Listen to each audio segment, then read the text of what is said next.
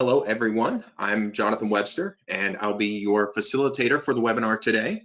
Thanks for taking the time out to join us for the webinar sponsored by Trend Data. A couple of brief notes before we begin. As we move through the webinar today, everyone but the presenter is going to be on mute, but we do encourage you to send questions and comments.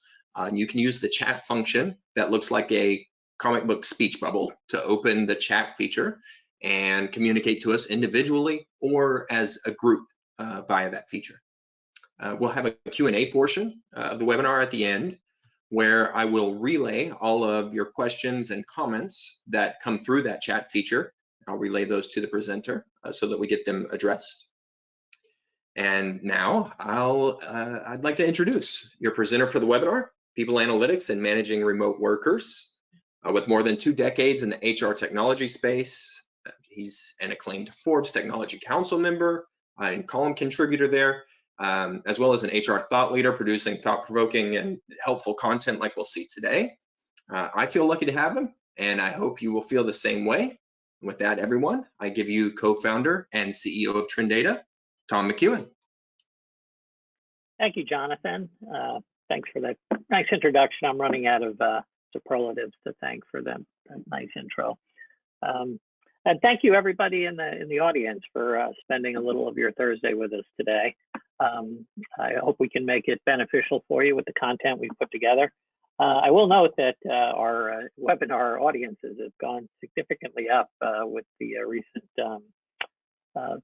COVID situation and people working from home. So maybe we have a more captive audience to get to come to these, but we're glad to have you. And like I said, hopefully we make it worth your while.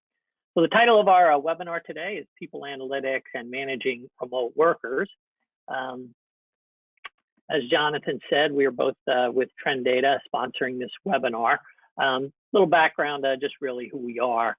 Trend Data, we're headquartered down in Richardson, Texas, outside of Dallas. If you're ever down this way, please visit us.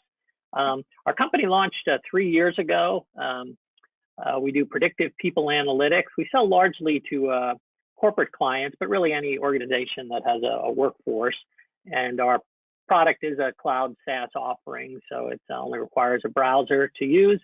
We're happy to talk more about our offering in a separate session with you, but let's move on to the topic at hand.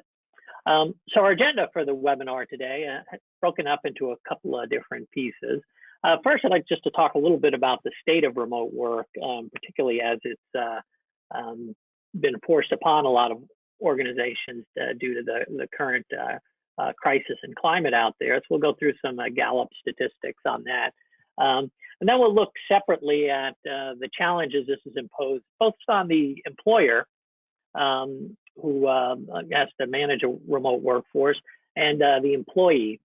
And we're going to take it more from the standpoint of a new remote worker, someone who's become a remote worker recently, as opposed to those who've had it as part of their jobs for a long time and are more pros at it. But we'll look at those challenges. And then we'll look at the best ways to measure some of the KPIs of remote work, particularly performance and engagement. You know, are people doing the job while they're at home? And are they still as into their job and into the company as they were when they were office employees? And then we'll sum it up with some best practices on going forward. And interspersed with all of it, we'll talk a little bit about some of the uses of people analytics technology to both measure and improve all of these aspects. So, as I started out talk about just what's been going on lately. So as you can see over to the right, really there's been a real spike in workers that are working remotely. Now this does measure workers that are part-time remotely, so maybe coming into the office 1 or 2 days a week, but still working mostly at home. And starting pretty much with the beginning of when the pandemic started early mid-March. And as you can see, it's pretty much doubled in the time of this pandemic. So as you can see, that represents, an increase from 31 to 62% of workers who work remotely. And another part of that study said that of this new portion here, 59% would like to continue doing so. So people who weren't working remotely beforehand have now gotten the opportunity to work remotely and would like to continue to do it more so. So what kind of challenges does that present? And as I said, I wanted to kind of take it from the standpoint of someone just starting to work remotely, or at least has started to in the most recent history. So it's a lot of challenges that, first of all, face the employee in getting set up and working from home. And probably the top, most prevalent one in the beginning is overall structure. People who haven't worked from home, they've got their routines pretty much defined at work, but then when they move home, they've got all the distractions of home available to them. Maybe they don't have a similar setup as they do at the office, and it provides a lot of distraction and non-continuity that the employee has to face, at least in those initial days or weeks as they're trying to get going and become proficient as an at-home worker. One of the biggest challenges that remote employees face is communication. You think of when you worked in an office and you'd have meetings, which you still have today remotely through all types of situations. But if something small or something gap, as I call it, isn't covered in the meeting, you have to track down all those people again, or maybe just one of those people again to get that information. Whereas when you were working in an office, you could quickly run over to someone's office and say, hey, I forgot to ask you what the recent forecast was for April.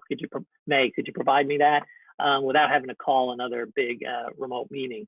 So efficient communication, and I want to, particularly gap communication, are things that are very challenging. Also, the employee has to get up to date on how you access a lot of things in the company information and data sources that were accessed perhaps differently while you were at work. So maybe you're not inside the firewall using the intranet, you're accessing that from outside, or it was information that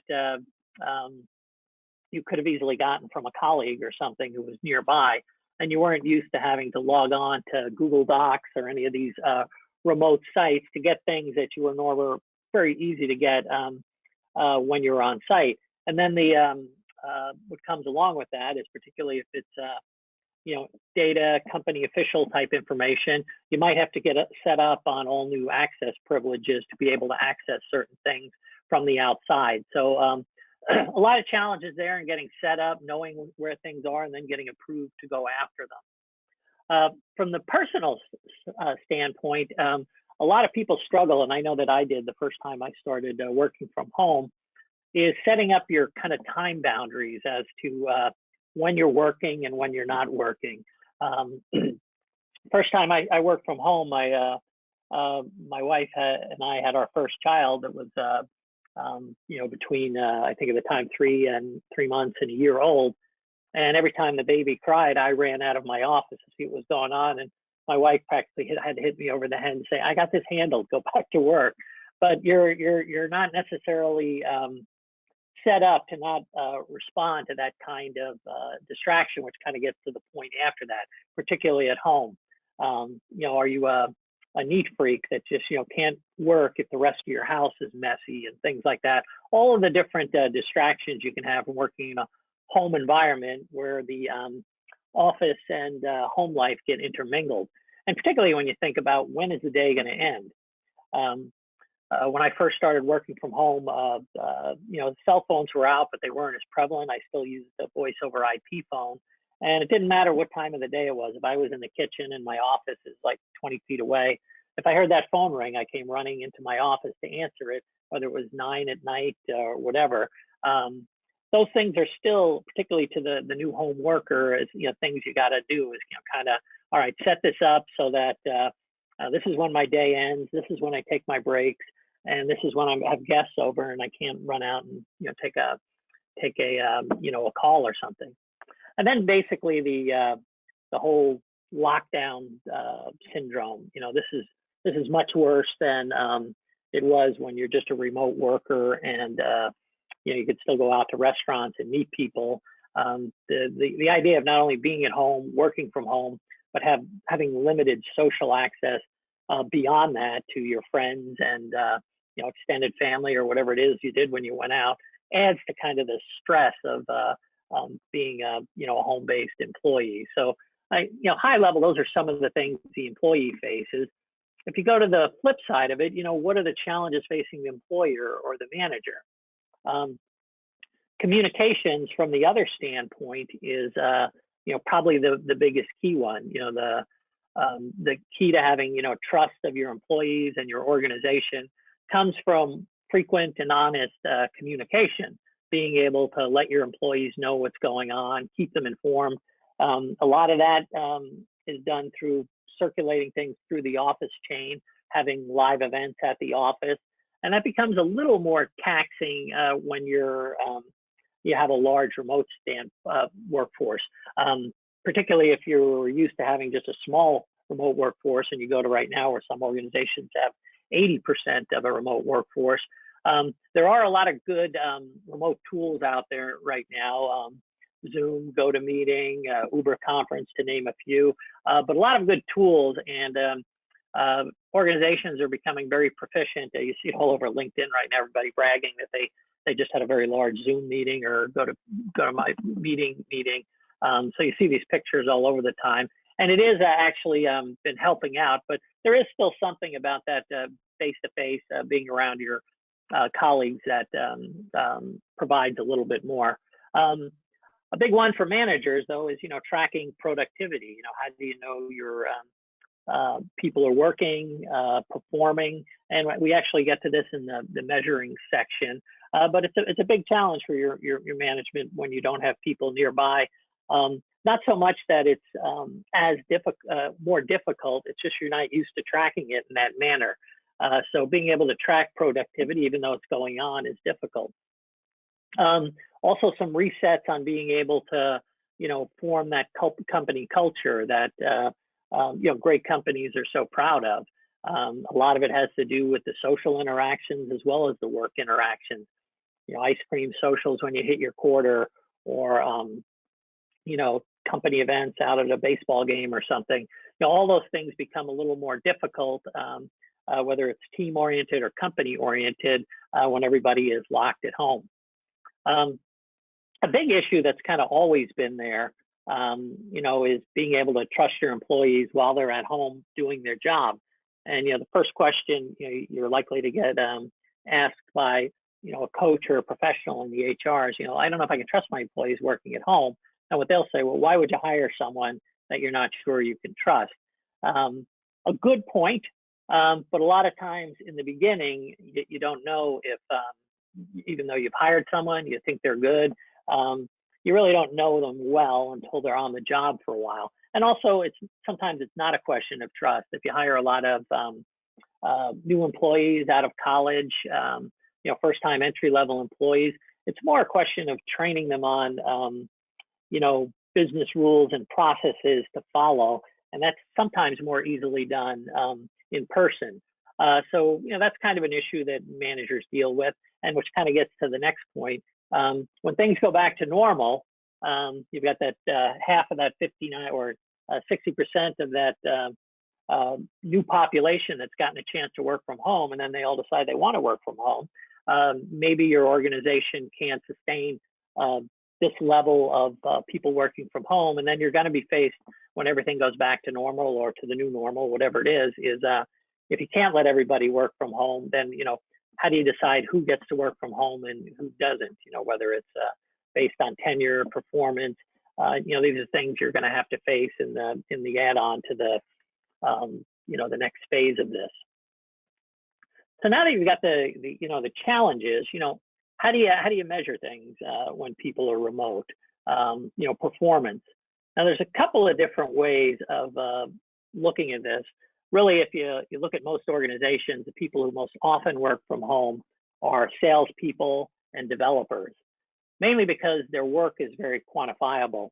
You may not have to keep track of a salesperson's activity, if they make their quota every month, or if a developer produces the amount of good code they're supposed to do when they're at home. You can just check in on them with that. So the tough part is kind of how do you make a less quantifiable position, maybe like marketing, administration, operations. How do you make that work as quantifiable as sales and development and those more tangible results? It's a good process to go through an exercise as to, you can do that, because when you look at the work, you're still asking people to produce results. So the goal is to make that work more quantifiable, assign deadlines to it, monitor the milestones along the way. There is a lot of tracking tools out there, tracking software, where you can actually measure how often your people are online or doing work. I'm not particularly a big fan of those, because it kind of breeds lack of confidence and distrust. Up to you if you want to use them, but I find if you can make the work quantifiable, you have to deliver these results by this date, you kind of don't have to have that kind of activity tracking of people from a big brother standpoint. You can assign the work, check along the way, and then be able to find out if they're meeting the criteria and doing the job, and you won't have to be a micromanager. A good way of tracking, of course, is having a good remote tool that I mentioned in the previous section. So being able to get together with your people, at the same frequency as you did in the office. I'm a big favor of tools where you can actually see the people you're talking to. It's a funny thing. I'm starting to notice that as this lockdown goes a little further, people are ceasing using their video portion of their tools. I guess as their hair is getting longer and their manicures are not quite all the other grooming stuff that we don't have access to. Slowly the videos have been starting going off, but I'm a big proponent. I like to see people when I talk to them. It kind of feeds my.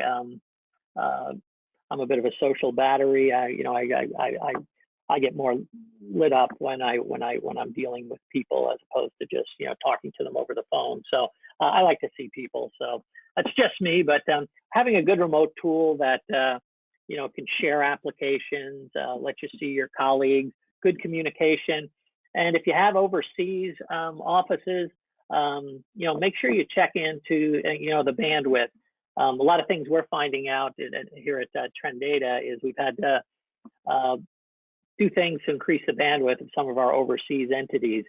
We find that the locations, the providers in those areas don't necessarily have as good a bandwidth, and people are not able to talk and share a document at the same time with a lot of outage. So make sure you have good remote tools, but also make sure that the areas you're going to be doing your most significant business with have good bandwidth, so that you're not going to suffer, be missing every word, or not being able to review the critical documents in tracking the business. And again, if you're looking to track these things, the real key to it is being able to see it visually. What are the projects you're working on? Who's a little behind in their production? Where are your projects, over various stages of development? And also, if you're, looking to see, where you can get new workers, whether it's contractors or full-time work, being able to log in and see this visualized is a great useful tool to be able to track not only the performance of your people, but more importantly, the performance of the business and are things getting done.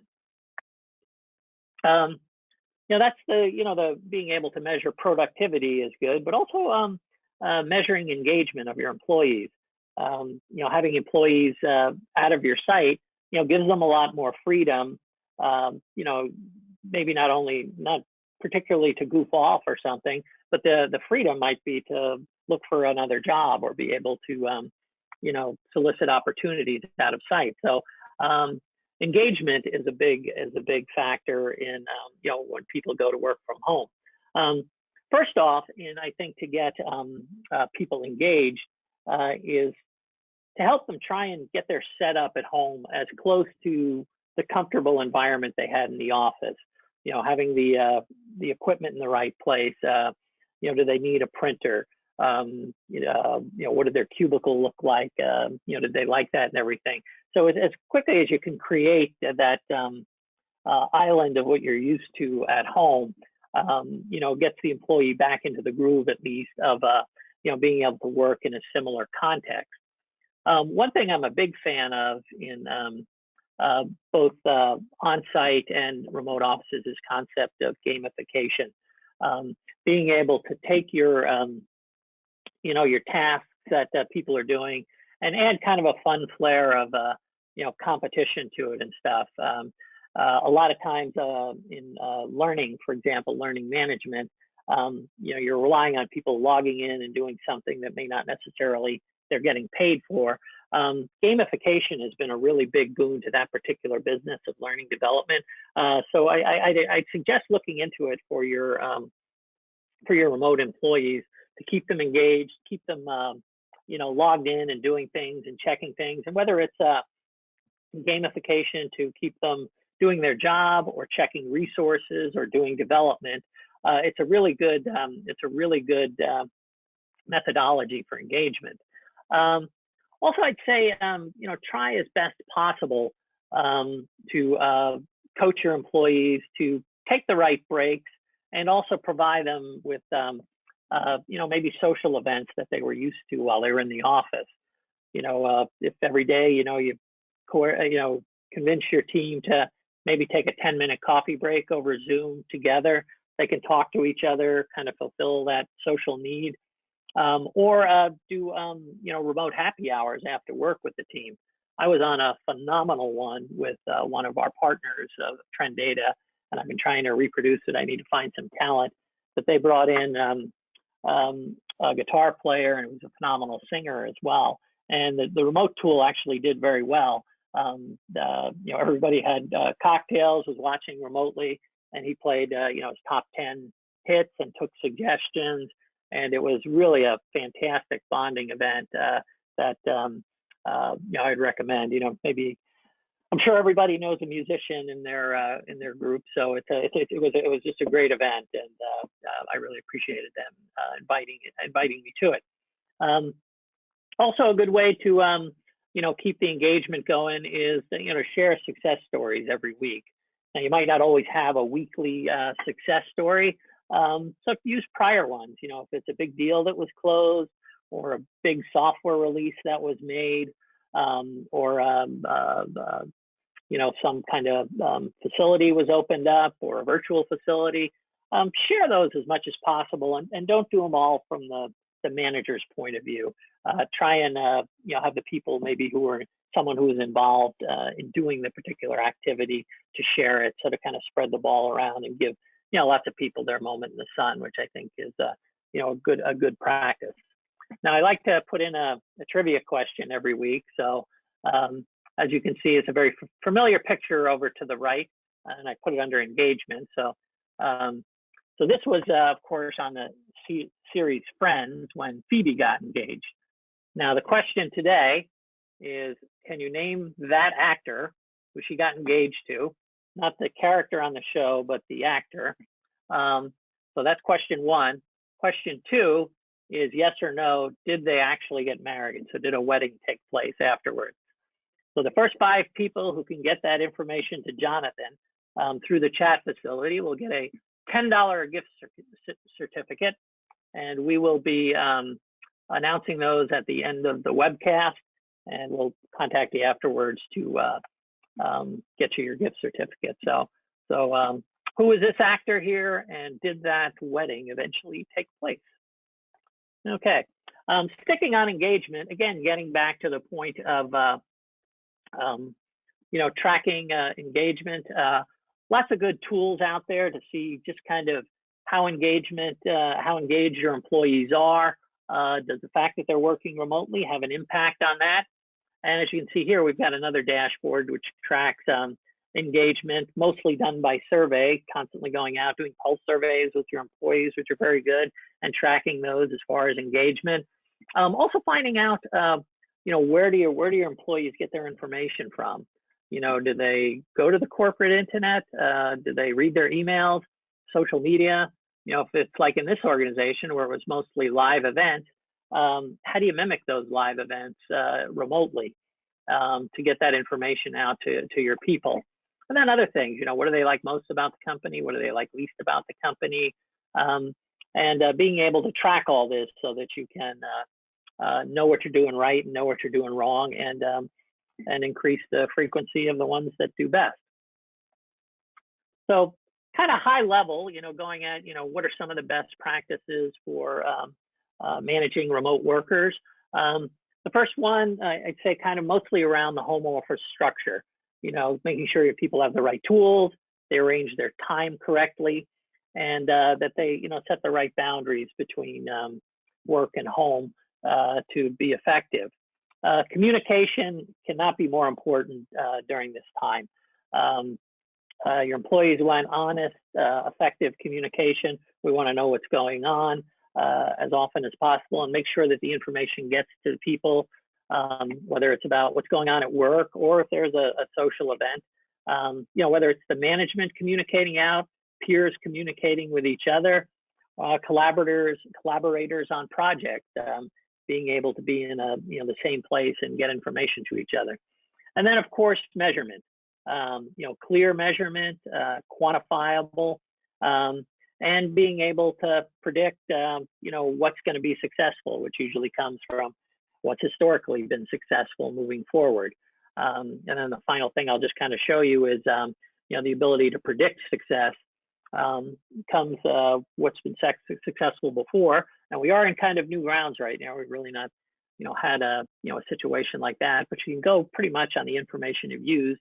Does it look like this is going to continue, and remote employees are going to, the amount of remote employees going to increase?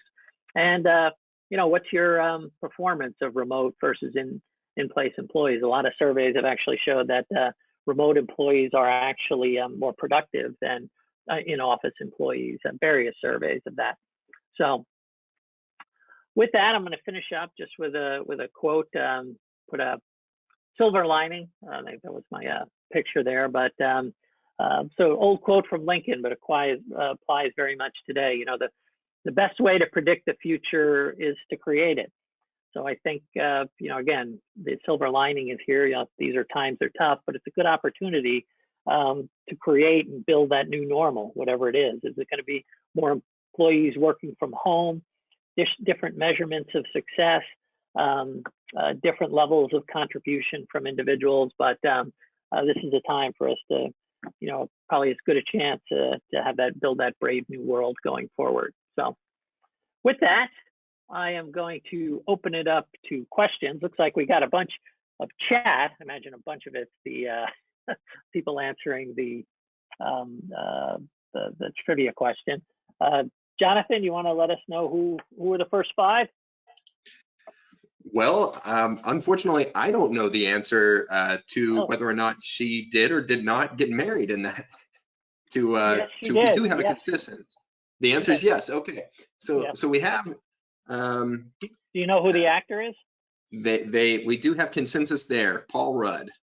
Correct. Okay, so it would be Paul Rudd, and yes. Okay, in that case, we have a few winners here.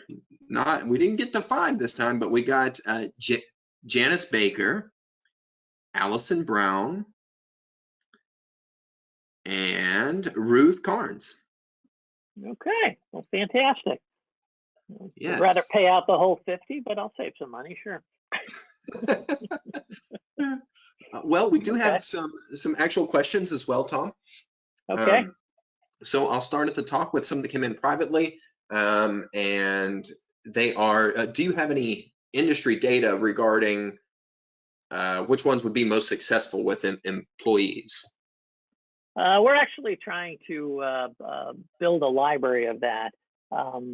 We do have some partial data on that right now in the trend data, but we can also recommend a few sites that we could send you to that actually have that kind of data. So if whoever asks that question, we can just send them an email with some recommendations. Okay. Okay. Let's see. So the next question is on that topic of productivity. Any suggestions on how to set quantifiable goals for remote employees? I like the SMART methodology. You can look it up. It's SMART, of course, but it's an acronym, and there are courses on it, but you can pretty much get most of it from what you can read online of being able to set up specific, measurable, and all the other parts of the goal going forward. But I would look up SMART goals, and that'll give you a good basis to move. I like that methodology. Very good. Yeah, specific, measurable, attainable, relevant, time-based. It's good. A funny comment that came through was smelly cat, what are they feeding you? Which is, of course, a Phoebe original from the show Friends. Let's see. So other relevant questions. Someone said they wish they would have seen more of what Trend Data offers, and they're wondering how they can see a demo of the actual software. Yeah, that'll actually be my next slide. If you hang on a second, we do some open demos, which we can point you to. So if you hang on just a second, we'll give you directions for that. Okay. Okay. And then very good. So the last one is, why hasn't Lisa Kudrow made more movies? Good question. Well, I liked her and analyzed this and analyzed that. I thought she'd do a lot more, but yeah, surprisingly, I thought she was the funniest member of that cast. But who knows? I'm not a Hollywood producer, so right in. Fair enough. Fair enough. Okay, well, let's see. I may have missed this person when I was announcing the winners earlier, but I see it now, and that's Charlene Curry. Also gave Paul Rudd a yes, and then she. I noticed that because I see another comment down here at the bottom. It says, "How can you do brainstorming and waterboarding best remote?" I think they were talking about storyboarding, but whiteboarding. Whiteboarding. Okay, whiteboarding's okay. Whiteboarding's good enough. Yeah, if you look into a lot of these remote tools, I think most people are just using them for face-to-face talk and communication and sharing of documents. But pretty much every one of them has the ability to just bring up a blank slate, like a whiteboard, and start drawing things out on it. So you're not limited to just sharing pre-developed context, but you can also just put up a PowerPoint slide and start writing on that too. So I don't think we've pushed a lot of these remote tools to their natural limitations. I would advise you to look into a little bit more of that. But on the far side, yeah, I often just bring up a blank PowerPoint slide and just start typing in the questions and the items and stuff. Very good. Yeah, that is all the questions I see. If I didn't get to them, please feel free to reach out to us, and Tom will show you how that's done. Okay. All right. Well, if that's a question, like I said, so if you want to get a demonstration of Trend Data, we've tried to do these weekly webinars, but I have to dig up some more topics, so we're going to take a break next week. We've done 3 in a row. Hopefully, we'll just take a break next week, and then we'll start with some more the week after. But if you want to just see a demo of Trend Data, we do them every week at, that should be 1 p.m. Central. So I got that wrong. Let me correct that real quick. And right now here, you're kind of looking at, a sample screen from the Trend Data application. But essentially, every Tuesday at 10 a.m., we do an open demo where you can just come in, not necessarily have to announce yourself or be an active participant. You can just watch someone go through a demo of Trend Data. All you got to do is go to gotomeeting.com, and where it has the join me, where it says join rather, up in the upper right corner, you press join and you put in Trend Data 2 for Tuesday at 10 a.m. Central. And then next Thursday at 1 p.m., when we normally have this, we'll do another one. And in that case, you do the same thing and just put in Trend Data 1. So you visit either of those next week and get a demo of the software. And we are running the Tuesday, the Trend Data 2 one every week. So you'll always be able to get that. This one, if we're not doing a webinar, we usually do the open demo at this time on Thursdays at 1. So that is the information for demonstrations. If you want to reach out to us for more with more questions, on the right you have all of you can send a question to marketing@trenddata.com. Follow our Twitter, Trenddata Inc. Our website is trenddata.com. If you want to email me, this is my email address, my Twitter account, and if you want to go to my blog and just read some of the articles I've written, just go to tommckeown.net and you'll see my whole history of blogs and articles. So that being the case, so I'd like to thank everybody again for coming. Trenddata is always happy to have your attention. Please, we'd love to talk to you again. And I want to point out, we do people analytics, but it's people first, analytics second. So thank you for your time, and hope to talk to all of you or some of you again sometime. Thank you very much.